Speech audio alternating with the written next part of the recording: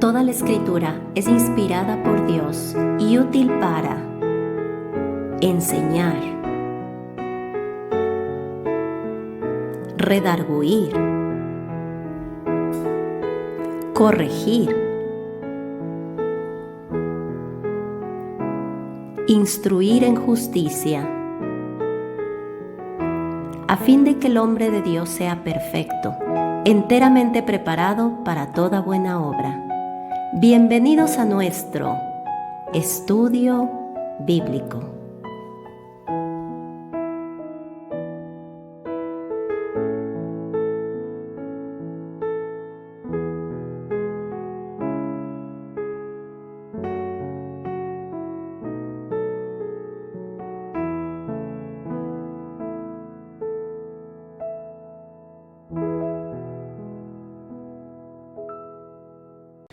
Pues hoy vamos a comenzar un estudio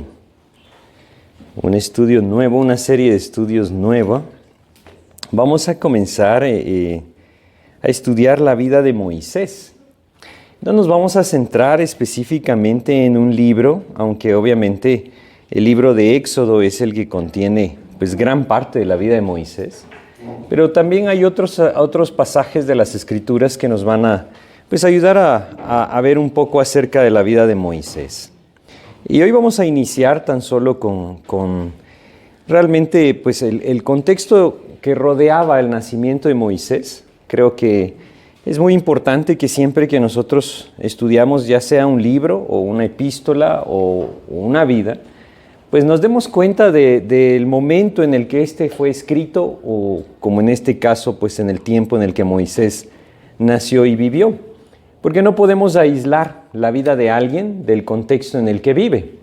Si lo hacemos, pues muchas cosas serían distintas o difíciles de comprender, ¿verdad? Y la vida de Moisés es una vida que Dios nos dejó en su palabra como un ejemplo de un hombre de Dios.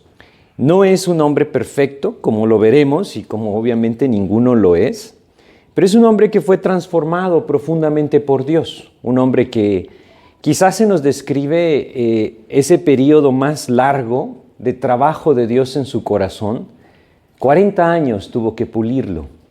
Bueno, pues es muchísimo tiempo, ¿verdad? Más de la mitad de la vida de muchas personas o de la mayoría de personas de nuestros días. Y ese resultado que Dios obtuvo a través de pulir la vida de Moisés fue algo verdaderamente maravilloso, porque a través de lo que Dios hizo en ese trabajo, pues vamos a ver cómo su carácter fue transformado, su vida fue transformada, su perspectiva fue transformada. Y creo que podemos aprender muchísimo de la vida de este hombre, sobre todo entendiendo que no es una figura sin errores, ¿verdad? No es una figura perfecta, sino que como todos nosotros es un hombre falible, un hombre que, como veremos, muchas veces estuvo a punto de desfallecer o incluso llegó a desfallecer en su corazón, y tuvo que conocer entonces cómo la gracia de Dios era lo único que lo podía sostener. Es increíble a lo largo de la vida de Moisés cómo aquel hombre del cual se nos dice en Juan capítulo 1 que la ley fue dada a través de Moisés, evidentemente es la ley de Dios, experimentó la gracia de Dios en muchos aspectos de su vida. Y cuando uno piensa en Moisés, piensa en la ley, pero como veremos, si Dios nos permite, al estudiar esta vida de Moisés, veremos que sin la gracia de Dios, Moisés nunca hubiera podido cumplir el plan de Dios. Y lo mismo es en nuestras vidas. Realmente necesitamos de la gracia de Dios para que sea Él en nosotros el que lleva a cabo su obra.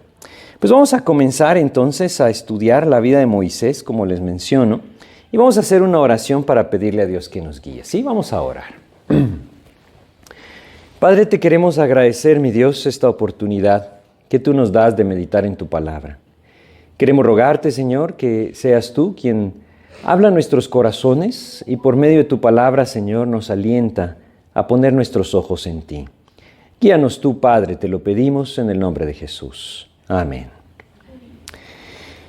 Pues entonces creo que pocos nombres son tan conocidos como el nombre de Moisés, ¿verdad? Hay hasta películas con su nombre. Pero eso muchas veces, lejos de ayudarnos a comprender o a tener la idea adecuada de quién era Moisés, distorsiona nuestra idea de Moisés. Porque, como les decía antes, generalmente cuando pensamos en esta figura de la Biblia, se nos viene a la mente un hombre pues que nunca falló, pero como veremos esto no es cierto. Él nunca fue un hombre que tenía poder en sí mismo o era invencible o inquebrantable. Todo lo contrario, era un hombre débil que necesitaba la fortaleza del Señor. Pero viviendo en esa fortaleza del Señor, entonces llegó a ser una figura verdaderamente admirable. Y es lo mismo que Dios quiere hacer en nuestras vidas. Nosotros no tenemos nada que ofrecer al Señor. Realmente cuando confiamos en nuestro temperamento, confiamos en nuestro carácter natural o confiamos en nuestras habilidades, lo único que nosotros nos privamos a nosotros mismos es de ver el poder de Dios en nuestras vidas. Cuando reconocemos en cambio nuestra debilidad y nos damos cuenta de nuestras necesidades, es cuando entonces acudimos al Señor. Y en esa fortaleza nosotros podemos ver una verdadera transformación. Al ver la vida de Moisés, vamos a ver cómo Dios puede tomar a un hombre y usarlo para una tarea extraordinaria. Pero antes de usarlo para una tarea extraordinaria, debe quebrantarlo profundamente. Creo que podemos ver la vida de Moisés como un ejemplo de lo que Dios hace muchas veces en distintos periodos de nuestra vida. Cuando Dios quiere usar nuestras vidas, Él nos tiene que quebrantar. ¿Por qué nos tiene que quebrantar? Porque hay algo que nos impide constantemente seguir la dirección de Dios. Y eso es el orgullo. Aquel que vive con orgullo en su corazón no puede ser moldeado por Cristo. Y en un mundo que constantemente nos alienta a sentir orgullo de lo que tenemos, lo que logramos o lo que pensamos que somos, Dios tiene que usar circunstancias distintas en nuestras vidas para mostrarnos que no somos capaces. No somos capaces de mantener aquello de lo cual estamos orgullosos. Muchas veces ni siquiera somos capaces de mantener esa estabilidad o equilibrio dentro de nuestros propios hogares. No digamos de obrar para glorificar el nombre de Dios. Nadie lo es. Y lo único que puede glorificar a Dios es cuando a través de su Espíritu, Él en nuestras vidas se glorifica a sí mismo. Es la obra de Dios la que nos puede llevar entonces a vivir esa vida extraordinaria como la de Moisés. Cuando nosotros vemos las diferentes etapas de la vida de Moisés, vemos un trabajo completo de Dios. Y nunca debemos aislar un aspecto de la vida de Moisés, sino debemos aprender a ver el plan completo. Creo que también es lo mismo en nuestras vidas. A veces tenemos años buenos, a veces tenemos años malos y muchas veces nos confundimos por el momento que estamos viviendo sin contemplar ese plan completo. Si estudiamos la vida de Moisés, definitivamente que tenemos que empezar en el libro de Éxodo, ¿verdad? Y en el libro de Éxodo vamos a encontrar ese propósito por el cual Dios llamó a este hombre. Antes de comenzar nuestro estudio, yo quisiera que fuéramos a Daniel capítulo 2. Me refiero antes de empezar a leer los versículos de Éxodo. Vamos a buscar el libro de Daniel y vamos a ver en el capítulo 2 del libro de Daniel los versículos 20 al 22. Daniel capítulo 2, versículos 20 al 22, nos dan una verdad que sigue estando vigente. Capítulo 2 de Daniel, versículos 20 al 22, nos dice lo siguiente. Dice acá, esta es aquella alabanza que Daniel hace reconociendo la soberanía de Dios. Él dice, y Daniel habló y dijo, sea bendito el nombre de Dios de siglos en siglos, porque suyos son el poder y la sabiduría. Él muda los tiempos y las edades, quita reyes y pone reyes, da la sabiduría a los sabios y la ciencia a los entendidos. Él revela lo profundo y lo escondido, conoce lo que está en tinieblas y con él mora la luz. Estos son versículos que nos hablan específicamente de la soberanía de Dios. No solamente en cuanto a lo que sucede en este mundo, sino también, como leemos acá, en cuanto a la luz que Él trae a la vida de las personas. Leímos acá en el versículo 22, Él revela lo profundo y lo escondido, conoce lo que está en tinieblas y con Él mora la luz.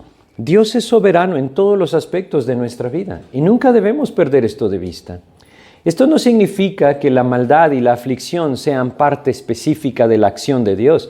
Él la permite como un resultado, como una consecuencia del pecado del hombre. Sin embargo, este tampoco se sale del control de Dios. En su soberanía, Él tiene control de todo aquello de lo que permite, y cualquier cosa que nosotros hoy estemos viviendo en nuestras vidas, debemos entender que no se sale del control de Dios. Dios tiene control. Y muchas veces nos permite pasar por circunstancias de aflicción con el propósito de alcanzar nuestro corazón. ¿Por qué es así? Porque si Dios no permitiera estas circunstancias, nunca veríamos nuestra necesidad. Y quizá pasaríamos toda nuestra vida pensando que nosotros somos capaces de lograr algo e incluso capaces de ganarnos el cielo. Y sería una tremenda tristeza el darnos cuenta que nuestras obras nunca son suficientes para entrar en el reino de Dios.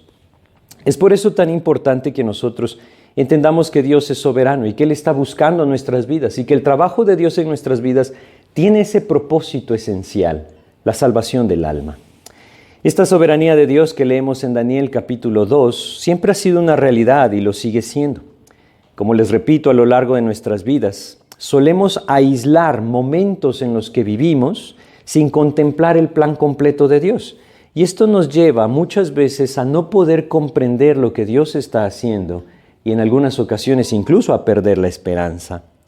Si nosotros vamos a Éxodo capítulo 1 y vemos las circunstancias en las que inicia la vida de Moisés, Éxodo en el capítulo 1, nos vamos a dar cuenta que la condición en la que este pueblo se encontraba era verdaderamente desesperanzadora. Esto si no se completa el plan eterno de Dios. Vamos a Éxodo, vamos a aprender un poco de Éxodo antes de comenzar a ver el nacimiento de Moisés, porque como les decía antes, es importante que al estudiar una vida nosotros conozcamos el contexto en el que Dios trajo a esta persona al mundo. Dice el primer versículo de Éxodo: estos son los nombres de los hijos de Israel que entraron en Egipto con Jacob. Cada uno entró con su familia. Este libro entonces, como vemos, nos va a narrar la historia de esta nación en un periodo específico. Este libro inicia 350 años después del Génesis, es decir, desde el último versículo de Génesis hasta el primer versículo de Éxodo, hay 350 años. ¿Por qué es esto importante? Porque debemos contemplar lo que pasó antes de ese primer versículo de Génesis, o más bien de Éxodo, o más bien después de en los siguientes versículos. El Éxodo más o menos inicia, me refiero a la salida de Israel de Egipto, alrededor del año 1445 antes de Cristo, para que nos demos una idea del tiempo de lo que estamos leyendo. Vamos a estudiar una vida de hace 3.500 años, podríamos decirlo de esa forma. Es increíble lo que es las Escrituras, ¿verdad? Es increíble lo que la palabra de Dios nos deja como enseñanza. Es toda la historia del plan de redención del Señor, que se ve culminado obviamente en la venida de nuestro Señor Jesucristo. Pero debe impactarnos cómo Dios guardó su palabra a lo largo de tantos años para poder enseñarnos sus principios. Si nosotros vamos al capítulo 1, estábamos ahí, leamos los versículos 1 al 7. Dice lo siguiente, Éxodo capítulo 1, versículos 1 al 7. Dice: estos son los nombres de los hijos de Israel que entraron en Egipto con Jacob. Cada uno entró con su familia: Rubén, Simeón, Leví, Judá, Isaacar, Zabulón, Benjamín, Dan, Neftalí, Gad y Aser. Todas las personas que le nacieron a Jacob fueron 70. Y José estaba en Egipto.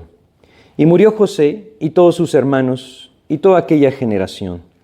Y los hijos de Israel fructificaron y se multiplicaron, y fueron aumentados y fortalecidos en extremo, y se llenó de ellos la tierra.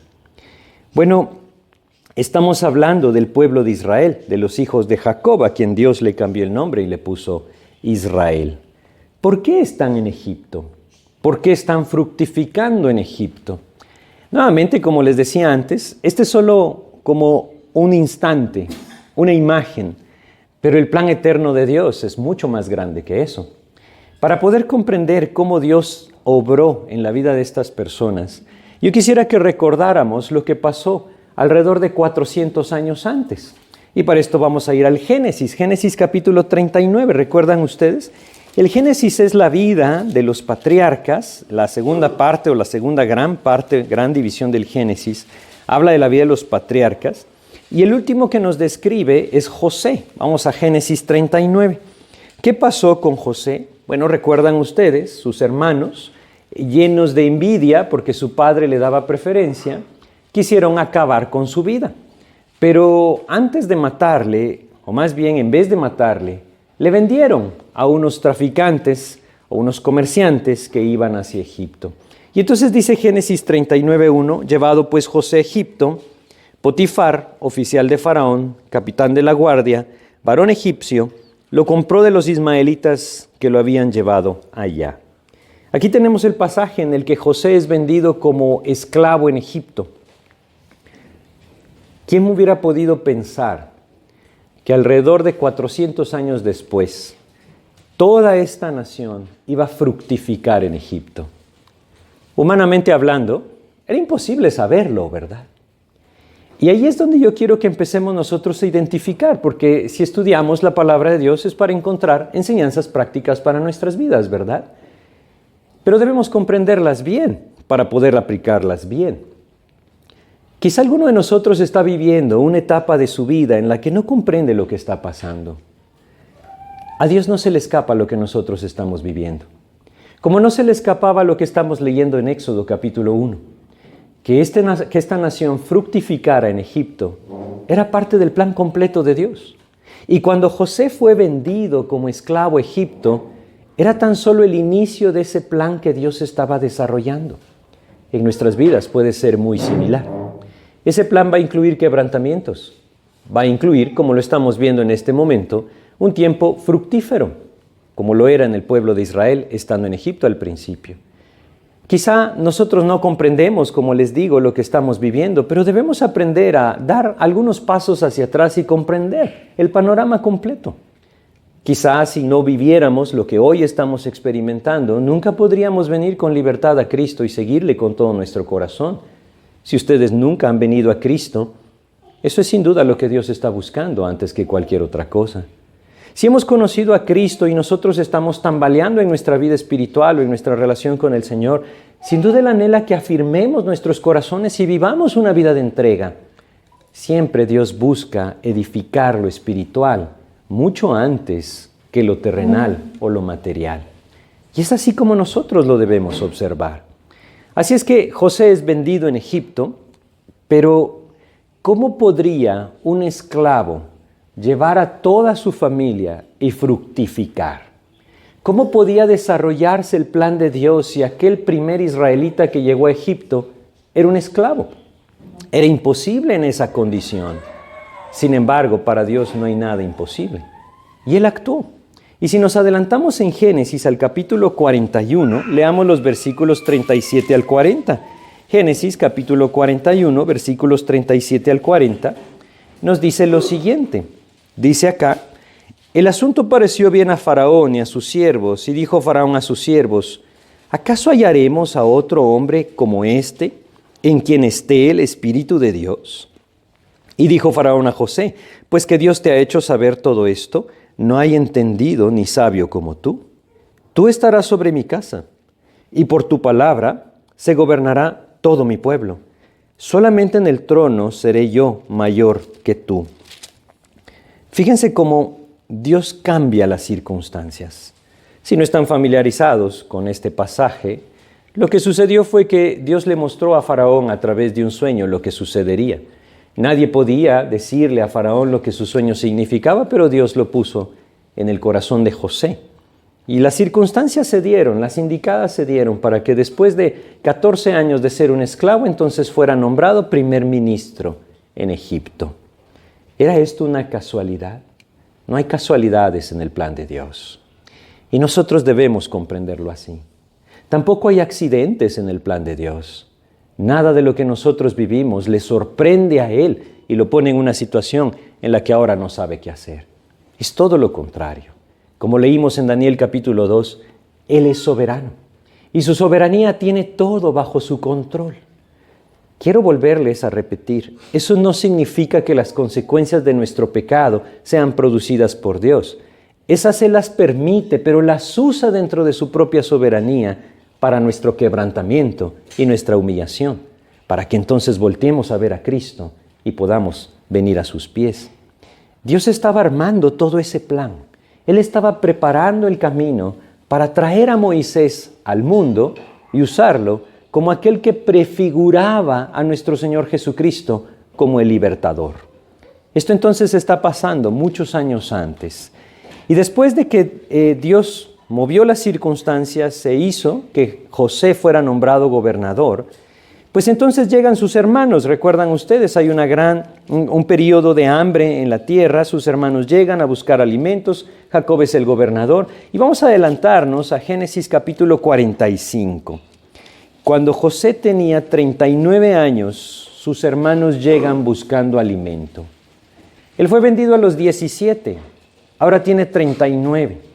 Y durante ese periodo de tiempo probablemente siempre se preguntó, ¿por qué, Señor? ¿Por qué me enviaste acá? ¿Qué estás haciendo en mi vida, Señor? Pero Dios tenía un plan. Y esto debe alentar nuestros corazones, cualquiera que sean nuestras circunstancias. Vamos a Génesis 45, les decía, leamos los versículos 8 al 12. José se da a conocer a sus hermanos y entonces dice, así pues, no me enviasteis acá vosotros, sino Dios, que me ha puesto por padre de Faraón y por señor de toda su casa y por gobernador en toda la tierra de Egipto. Daos prisa, id a mi padre y decidle, así dice tu hijo José, Dios me ha puesto por señor de todo Egipto, ven a mí, no te detengas. Habitarás en la tierra de Gosén y estarás cerca de mí, tú y tus hijos y los hijos de tus hijos, tus ganados y tus vacas y todo lo que tienes. Y allí te alimentaré, pues aún quedan 5 años de hambre, para que no perezcas de pobreza tú y tu casa y todo lo que tienes. He aquí vuestros ojos ven y los ojos de mi hermano Benjamín, que mi boca os habla. Estas fueron las palabras de José a sus hermanos. Cuando los envió a traer a su padre vino. Y el plan de Dios empezaba entonces a tomar cada vez mayor forma. Dios estaba no solamente preservando la vida de esta nación, sino que les estaba llevando a una tierra fructífera, la tierra de Gosén. Ellos no llegaron como esclavos. Leímos en Éxodo que 70 llegaron.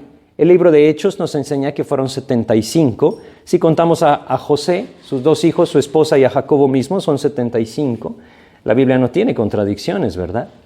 Lo que debemos entender es que Dios tenía un plan y ese plan se estaba desarrollando paso a paso, pero que si tan solo veíamos una imagen de ese plan, no lo entenderíamos.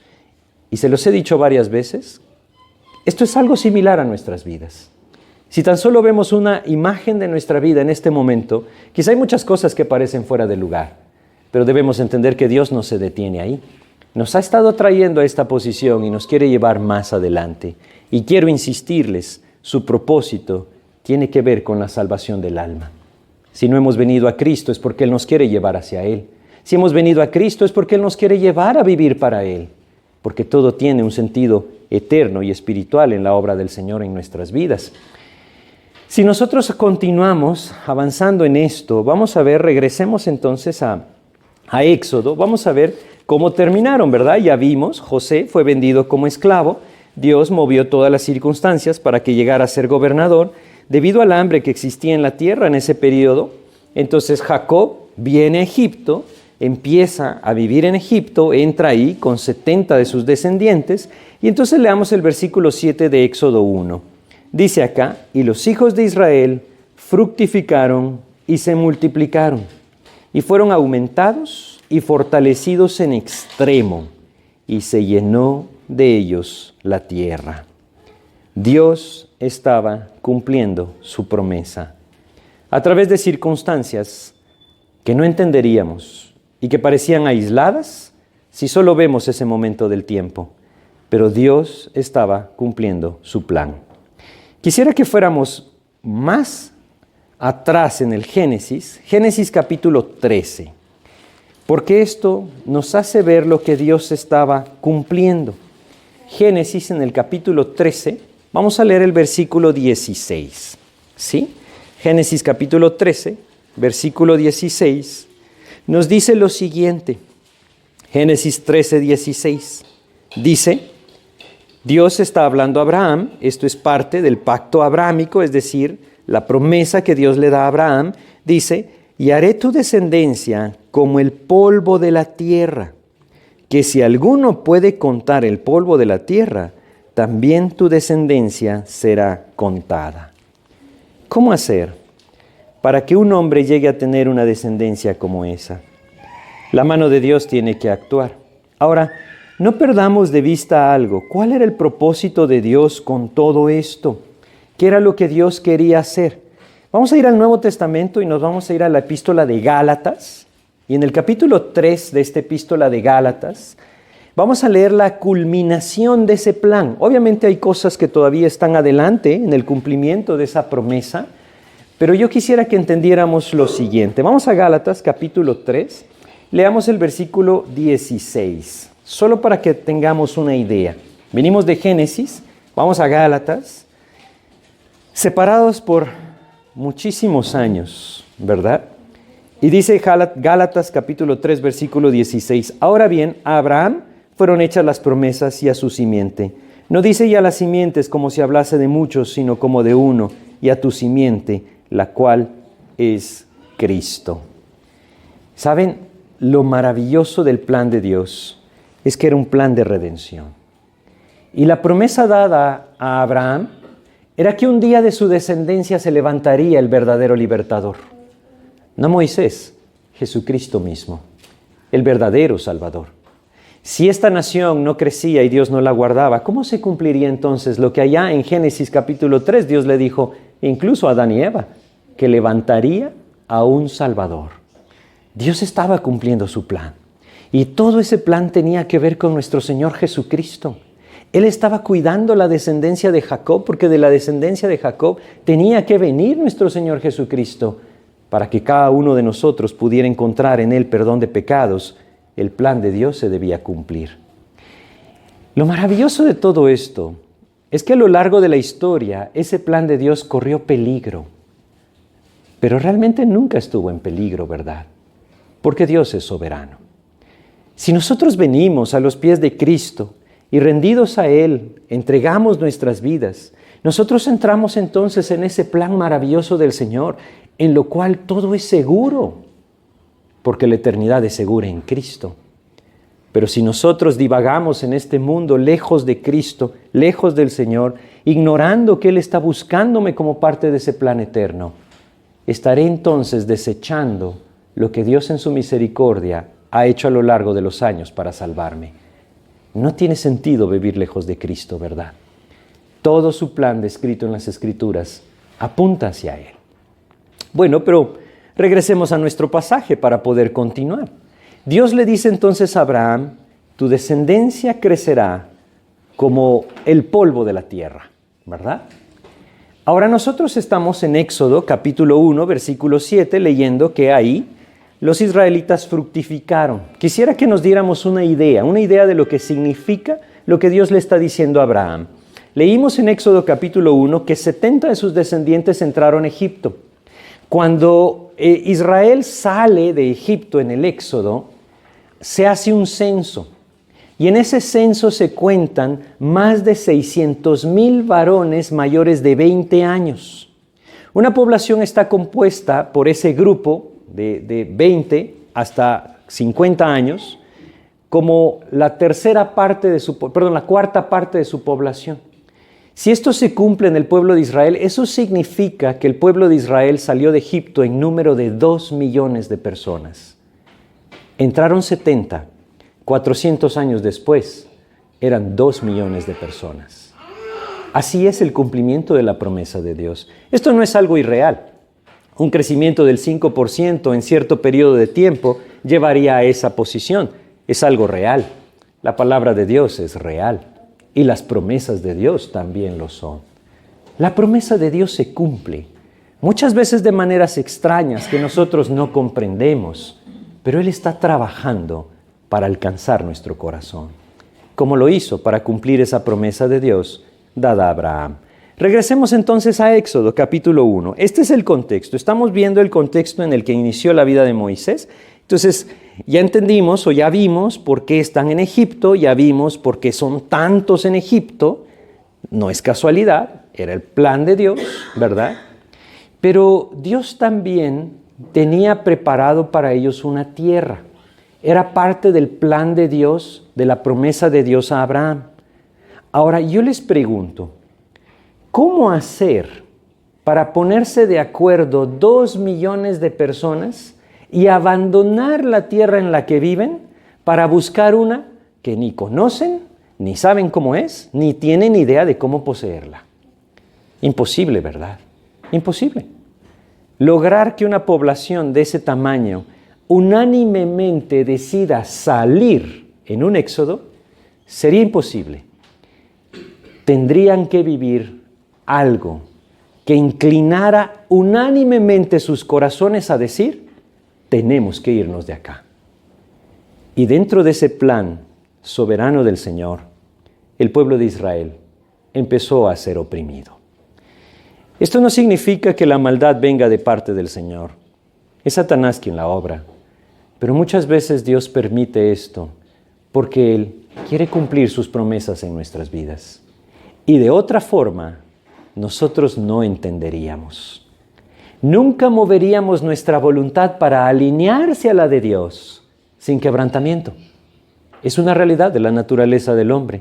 Nuestro orgullo nos impide hacerlo. Y por eso es que muchas veces dentro del plan de Dios está la tribulación, para que a través de esto entonces nuestros corazones quebrantados volteen a ver al Señor y querramos entonces apropiar sus promesas, apropiar su voluntad. Regresemos a Éxodo capítulo 1, leamos los versículos 8 al 10 y veremos de qué les estoy hablando. Dice acá, Éxodo capítulo 1, versículos 8 al 10 dice: Entre tanto, se levantó sobre Egipto un nuevo rey que no conocía a José. Y dijo a su pueblo: He aquí el pueblo de los hijos de Israel es mayor y más fuerte que nosotros. Ahora pues seamos sabios para con él, para que no se multiplique y acontezca que viniendo guerra, él también se una a nuestros enemigos y pelee contra nosotros y se vaya de la tierra. Bueno, empieza entonces un plan para oprimir a esta nación. ¿Por qué empezó ese plan para oprimir a esta nación? Porque hubo temor en el corazón del faraón egipcio. Miren, hay principios que están establecidos en la Biblia como este. Principios que nosotros no debemos fallar en observar. Cuando una opresión se levanta, es porque aquel que está oprimiendo tiene temor. Temor de perder algo. Temor de fallar en algo. Temor de no alcanzar el estándar en algo. Quisiera llevarlo a una forma muy práctica en nuestras vidas. Cuando alguno de nosotros se vuelve un opresor, más bien debemos preguntarnos: ¿cuál es el temor que tengo?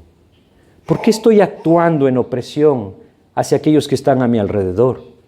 Quizá mis compañeros de trabajo, mis empleados, mi esposa, mi esposo, mis hijos. Hay opresión muy fuerte muchas veces dentro de los mismos hogares y la razón es la misma que la que el faraón tenía: temor. En el caso de él, temor de perder su nación, es decir, el dominio sobre su población. Hay una razón muy clara para esto y la historia nos cuenta claramente que en ese tiempo, alrededor del 1550 antes de Cristo, esa es la fecha, hubo una serie de revoluciones dentro del pueblo de Egipto, 2 pueblos o 2 etnias que peleaban por el trono. Una ganó y expulsó a aquellos que eran semitas, ¿sí? Y entonces estableció su reino expulsando a los semitas. Ellos eran del mismo linaje de Sem, como los israelitas. Esto siempre trae conflictos, ¿verdad? Ese anhelo de poder, pero el temor llevó a la opresión y ese es el principio que yo quisiera que no dejáramos pasar. Esa opresión siempre viene como resultado de un corazón que teme perder el control de algo. Debemos ser cuidadosos con esto. Vamos a Deuteronomio capítulo 4 para que leamos aquí qué tipo de opresión o cómo ellos la experimentaron. Deuteronomio capítulo 4, versículo 20, nos habla de esto. Es un versículo que nos da la idea de lo que ellos estaban viviendo. Fíjense cómo dice: Deuteronomio, capítulo 4, en el versículo 20, nos hace comprender la manera en que el pueblo de Israel fue oprimido. Dice acá: pero a vosotros Jehová os tomó y os ha sacado del horno de hierro de Egipto para que seáis el pueblo de su heredad como en este día. La opresión que ellos vivieron a través de este faraón y esta serie de faraones que se levantaron, que no conocían a José, era como estar en un horno. Así era. Ellos estaban siendo consumidos por esa opresión. ¿Quién puede vivir pleno en una circunstancia así? Nadie, ¿verdad? ¿Por qué Dios estaba permitiendo esto? Él tenía un plan, no nos olvidemos que Él tenía un plan. El nuevo faraón entonces expulsó a los antiguos gobernantes y estableció su reino. Miren, una de las cosas que nosotros debemos aprender también es que nunca debemos dar las cosas por sentado. En ese momento el pueblo de Israel estaba fructificando y se habían multiplicado muchísimo. Leímos antes que vivían en la tierra de Gosén, una tierra apta para criar sus ovejas. Y de repente se levanta un faraón que no respeta aquello que José hizo, que no honra, digamos así, la memoria de José, por la cual ese pueblo llegó a ser el pueblo que fue, y empieza a oprimir a su familia. Vamos a Eclesiastés, por favor, capítulo 2 de Eclesiastés. Nuevamente, no quiero dejar pasar por alto estos principios que tenemos establecidos acá. Hay cosas que en la Biblia nunca encontraremos un versículo definido, pero son principios que comprendemos al estudiar las Escrituras. Eclesiastés capítulo 2, versículos 18 y 19 nos enseña lo siguiente. Este libro que nos habla de las cosas que suceden debajo del sol nos hace ver esto. Eclesiastés 2, 18 y 19 dice: asimismo aborrecí todo mi trabajo que había hecho debajo del sol, el cual tendré que dejar a otro que vendrá después de mí. Y quién sabe si será sabio o necio el que se enseñoreará de todo mi trabajo en que yo me afané y en que ocupé debajo del sol mi sabiduría. Esto también es vanidad. No sabemos quién viene después de nosotros, por lo que nuestros tesoros no deben ser terrenales, deben ser eternos. Y para que nuestros tesoros sean eternos, tienen que ver con nuestro Señor Jesucristo. El faraón que se levantó no conocía a José. Empieza entonces a oprimir a esta nación, a la nación de Israel o a los descendientes de Jacob. Y las condiciones cambiaron drásticamente. A veces vivimos cambios así en nuestras vidas, cosas inesperadas que no sabíamos que las experimentaríamos, pero en la mayoría de los casos es resultado de nuestro pecado, ¿verdad? En otros casos Dios tiene ese tipo de plan. Esto que está pasando en el pueblo de Israel no es algo que se salía del plan de Dios. Dios sabía que esto sucedería. Es más, Dios se lo había dicho a Abraham. Él es soberano, ¿recuerdan? Vamos a Génesis ahora, capítulo 15, para que entendamos que esto no era algo que sorprendía a Dios. Todo lo contrario, Dios lo sabía. La opresión venía como resultado del temor en el corazón de Faraón, que no conocía a Dios. Venía como resultado de la maldad producida por el pecado en el corazón de Faraón, que no conocía a Dios. Sin embargo, esto no era ajeno al conocimiento previo de Dios. Génesis 15, dije. Vamos a leer los versículos 12 al 16. Nuevamente encontramos a Dios hablando con Abraham y diciéndole lo siguiente. Génesis 15, 12 al 16. Mas a la caída del sol sobrecogió el sueño a Abraham, y aquí que el temor de una grande oscuridad cayó sobre él. Entonces Jehová dijo a Abraham: ten por cierto que tu descendencia morará en tierra ajena, y será esclava ahí, y será oprimida 400 años. Mas también a la nación a la cual servirán juzgaré yo, y después de esto saldrán con gran riqueza, y tú vendrás a tus padres en paz, y serás sepultado en buena vejez. Y en la 4ª generación volverán acá, porque aún no ha llegado a su colmo la maldad del amorreo hasta aquí. ¿Se dan cuenta? Esta opresión como resultado del pecado en el corazón de un hombre que no conoce a Dios y que no conocía a José, no sorprende a Dios. Él ya lo sabía.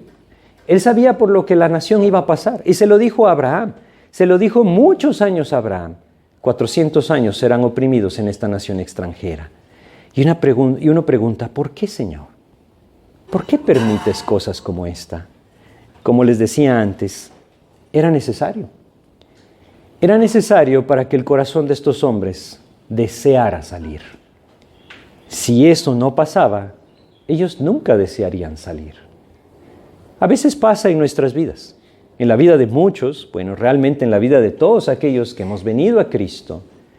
Dios nos tuvo que dejar llevar las consecuencias de nuestro pecado. Y hasta que las consecuencias de nuestro pecado impactaron nuestro corazón, entendimos, yo necesito un camino diferente. Y ahí el Señor se presentó como aquel que derrama su gracia y atrapa y conquista un corazón. Sin quebrantamiento nunca hay humillación. Y sin humillación nunca hubiéramos venido al Señor. Es lo que Dios está haciendo con esta nación. Su plan era perfecto. Él no es autor de la maldad, vuelvo a repetírselos. Pero en su misericordia, Él quiere cumplir esa promesa.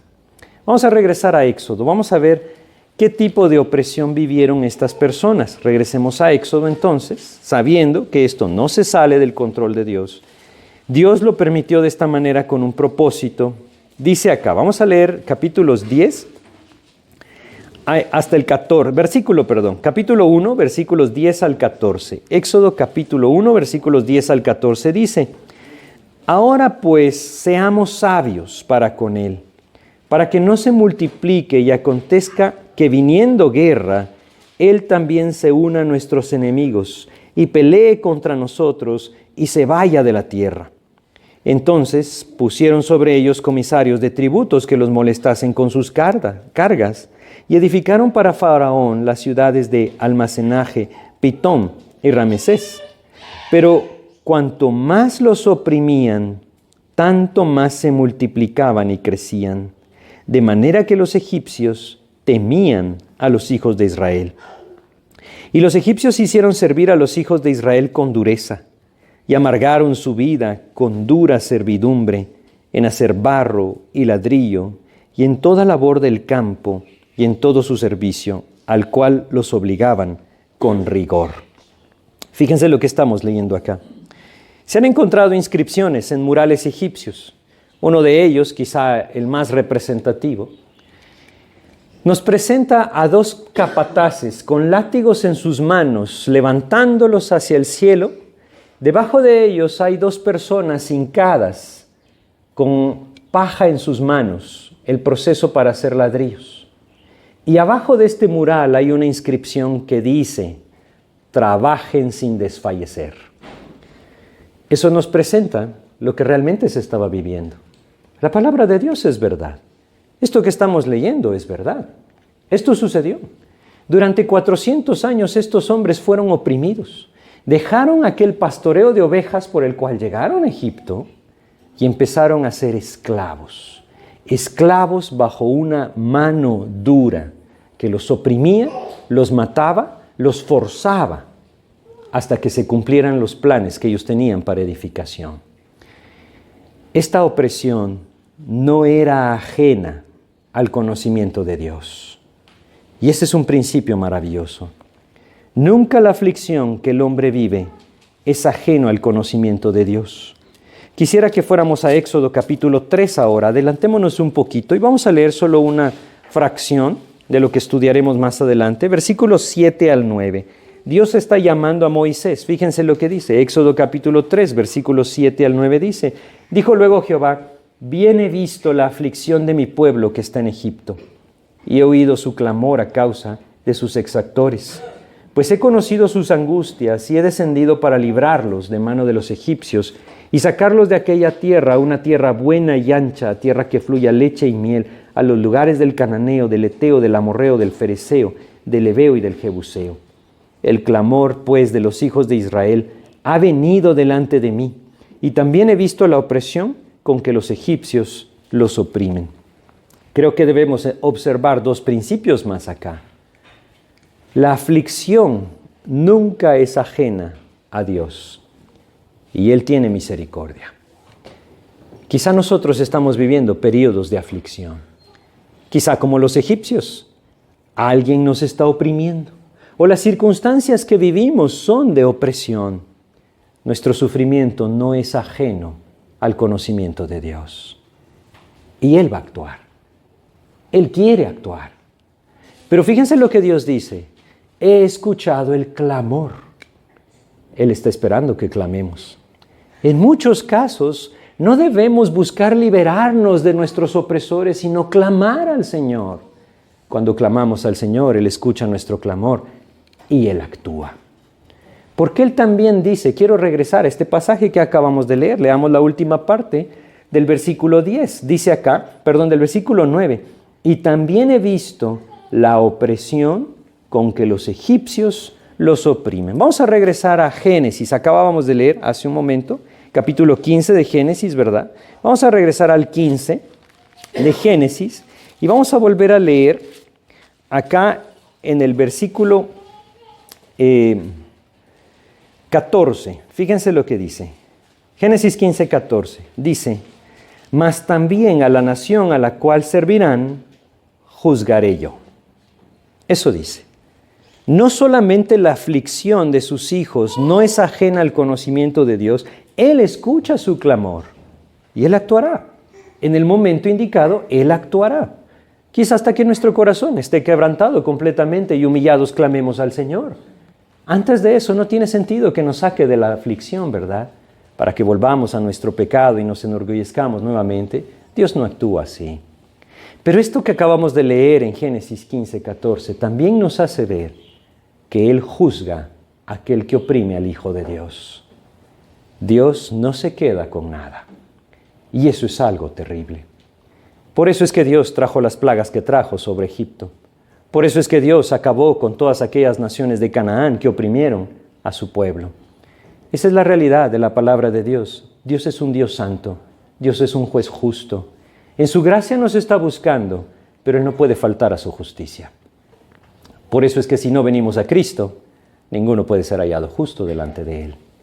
Regresemos a nuestro pasaje, porque aún nos faltan algunos versículos. ¿Qué pasó con esta primera táctica? La primera táctica de Faraón fue oprimirlos a través del trabajo. Los esclavizaron para construir, para hacer ladrillos, para construir ciudades, y los golpeaban y los oprimían para acabar con ellos. Pero vamos a regresar a Éxodo 1 y fíjense lo que dice, o lo que acabamos de leer en el versículo 12. Pero cuanto más los oprimían, tanto más se multiplicaban y crecían. De manera que los egipcios temían a los hijos de Israel. No funcionó. Qué tremendo, ¿verdad? No funcionó no porque estos hombres eran fuertes y vigorosos y valientes, porque no era el plan de Dios que funcionara. Así debemos entenderlo. Dios seguía teniendo misericordia de su pueblo, aún en medio de esta opresión. Entonces Faraón diseñó, claro, era otro, pero diseñó una nueva estrategia. Vamos a Éxodo 1, nos toca el 17, ¿verdad? Vamos a leer el 17. Leamos, antes el 15. Vamos a leer desde el 15 hasta el 16. Y habló el rey de Egipto a las parteras de las hebreas, una de las cuales se llamaba Cifra y otra Fúa, y les dijo, cuando asistáis a las hebreas en sus partos y veáis el sexo, si es hijo, matadlo, y si es hija, entonces viva. Qué terrible lo que estamos leyendo, ¿no? Muy similar a lo que Herodes hizo matando a todos los niños para poder acabar con la vida del Señor Jesucristo. Era lo mismo. Faraón está llevando a cabo la tarea, es decir, la estrategia, pero el que está detrás de él es Satanás. Lo que el enemigo quiere es detener siempre ese plan eterno de Dios. Si esta nación dejaba de existir, el Mesías nunca vendría. Esa era la idea del enemigo. Lo mismo pasó cuando Herodes mandó a matar a los niños en Belén. La idea sigue siendo la misma.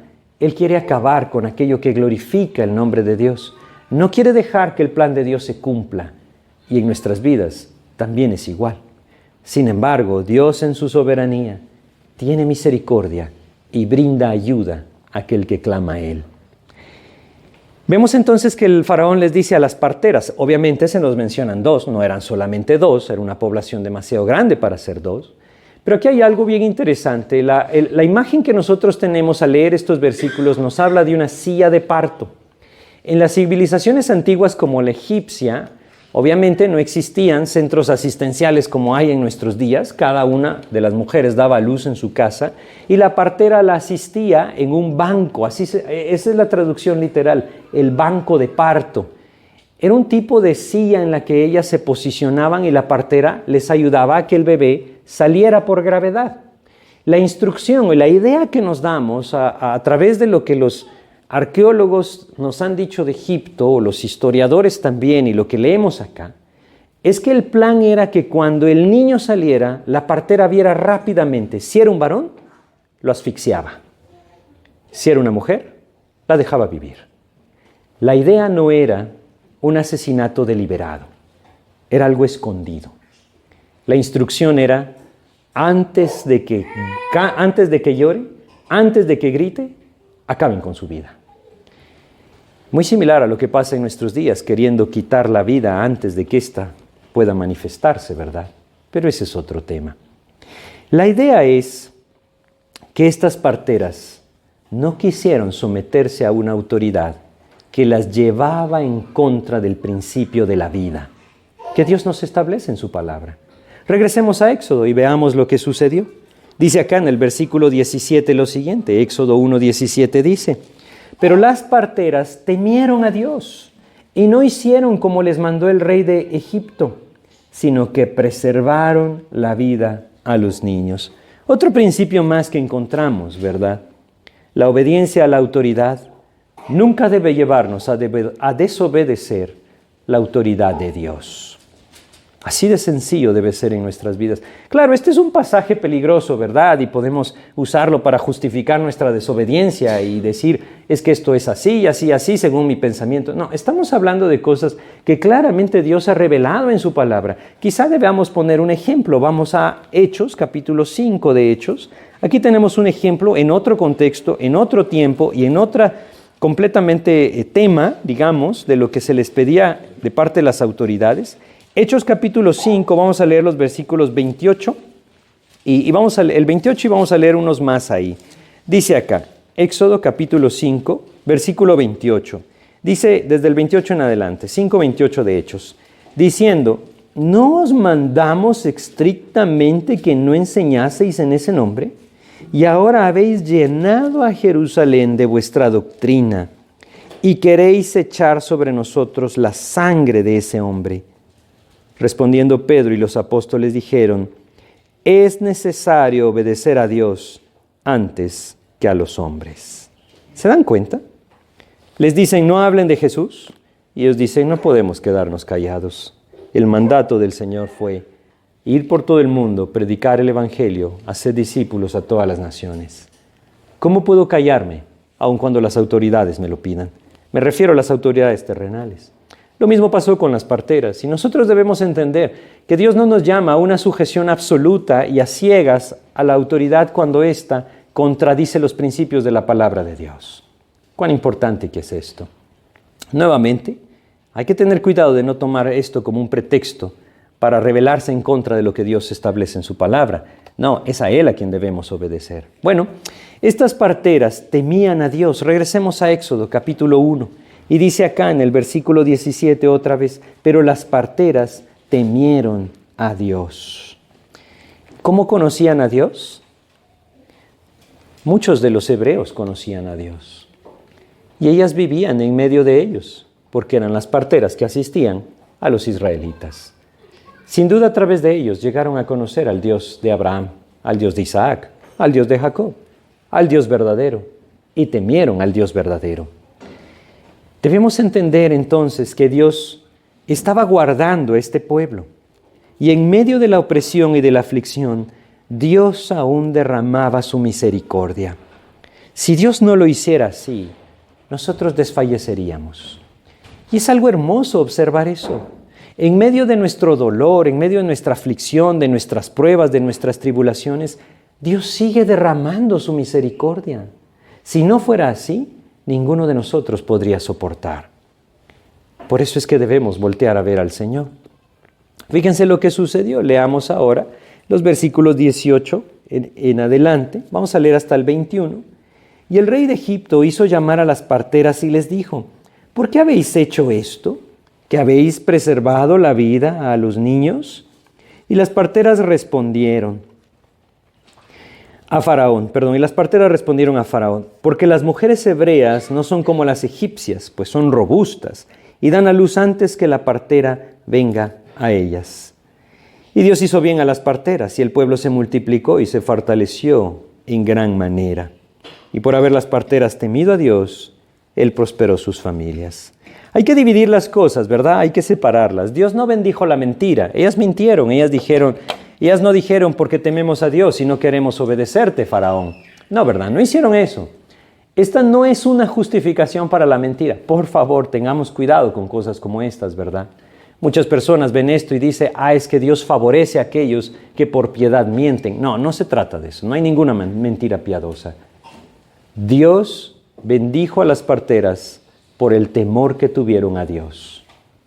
Si bien Dios no bendice la mentira, nunca lo hace y no lo encontraremos en su palabra, Él sí bendice el temor a Él. Y cuando ellas actuaron en temor a Dios, Dios las bendijo. Miren, nuevamente, muchas veces nos vamos a topar en este mundo, contrario a Cristo, contrario a su palabra, con circunstancias que quieren llevarnos a actuar en contra de los principios del Señor. Nunca debemos sujetarnos a ellos. Nunca debemos sujetarnos a aquellas autoridades que van en contra de lo que Dios explícitamente nos manda en su palabra. Esto no significa, por favor, que debemos rebelarnos en contra de las autoridades. Dios las estableció. Cuando va en contra del principio de la palabra, y por eso leímos Hechos como un ejemplo, no tiene sentido que el creyente se someta. Debemos someternos a Dios por encima de todas las cosas. Creo que es algo importante de comprender en días como los que vivimos, en donde constantemente el mundo va en contra de Cristo y de su palabra. Pero tampoco debemos nosotros tomar esas circunstancias como una lucha personal. Nos debemos a Cristo y solo a Él debemos servir. Es a Él a quien debemos buscar.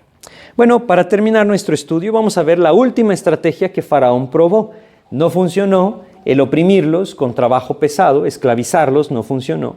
Tampoco funcionó lo de las parteras y entonces él ya no escondió más su propósito. Versículo 22, Éxodo 1, versículo 22 nos dice: entonces Faraón mandó a todo su pueblo diciendo: echad al río a todo hijo que nazca, y a toda hija preservad la vida.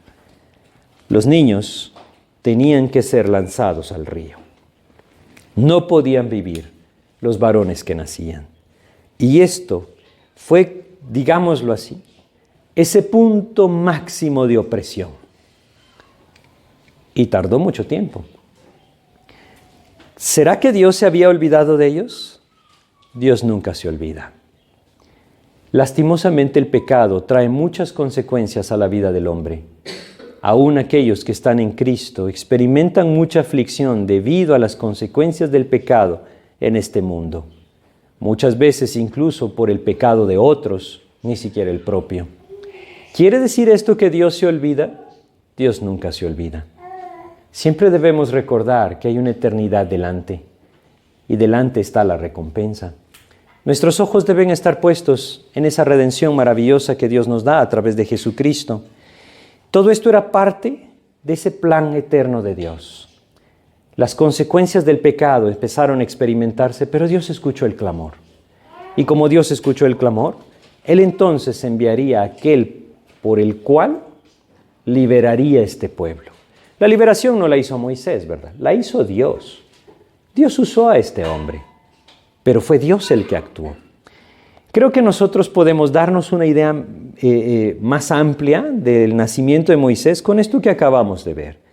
Todo era parte del plan de Dios. Y creo que podemos apropiar muchos principios como los que fuimos viendo.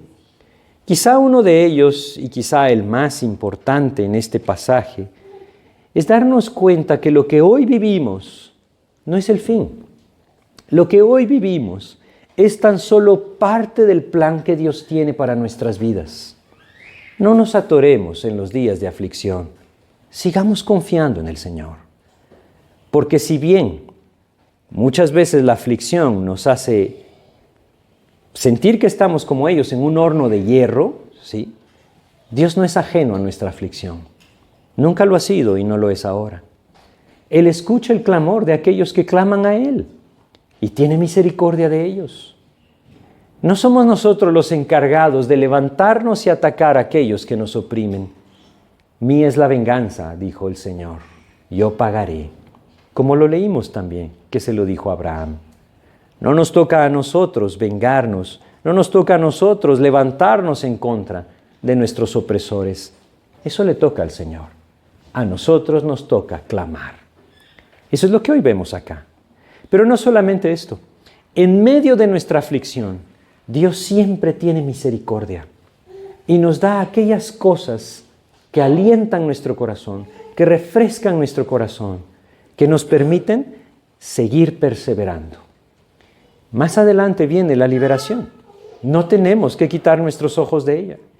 Un día el Señor nos llamará a su presencia y como nosotros lo leemos en Apocalipsis, ya no habrá lugar para las lágrimas, ya no habrá más llanto, ya no habrá más dolor, ya no habrá más clamor. Hacia allá vamos si estamos en Cristo. Pero si alguno de ustedes no está en Cristo, entonces debe entender que el juicio está adelante.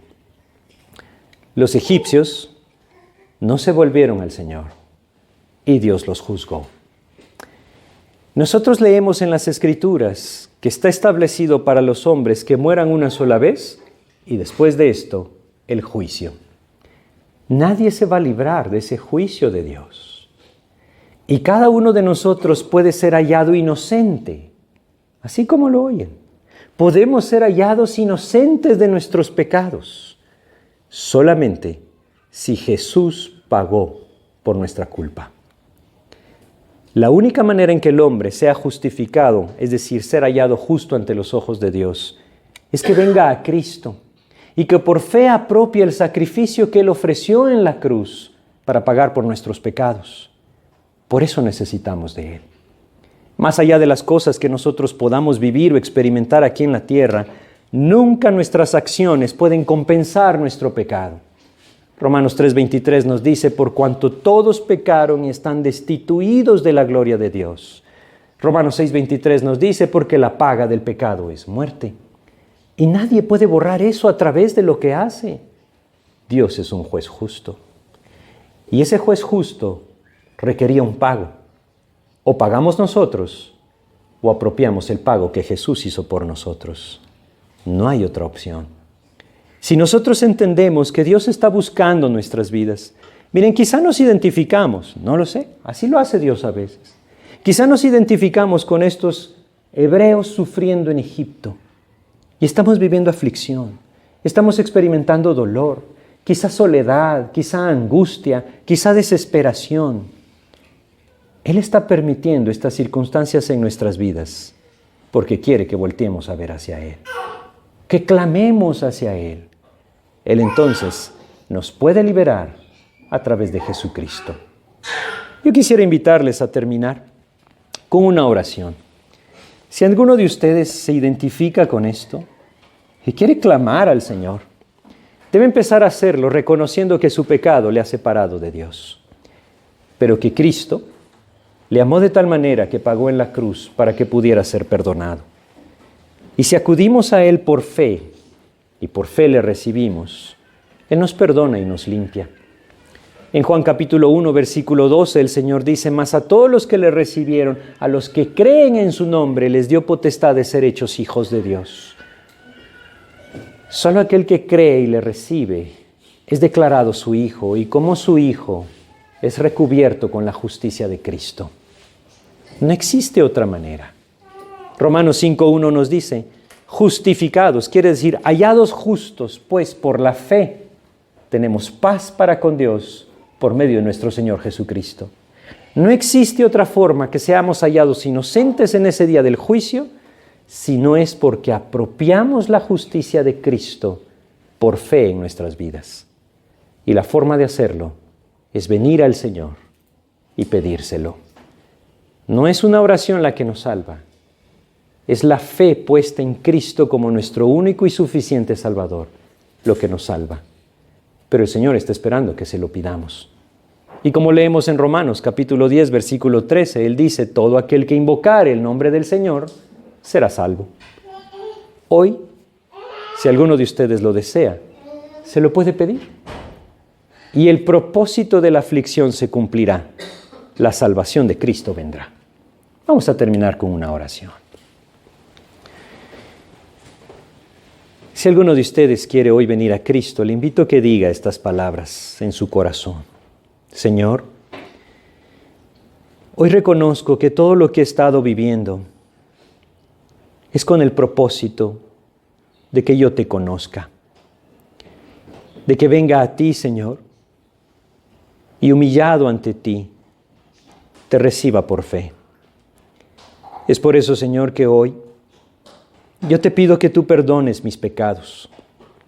Reconozco que mi pecado me ha separado de ti y me ha llevado a la aflicción.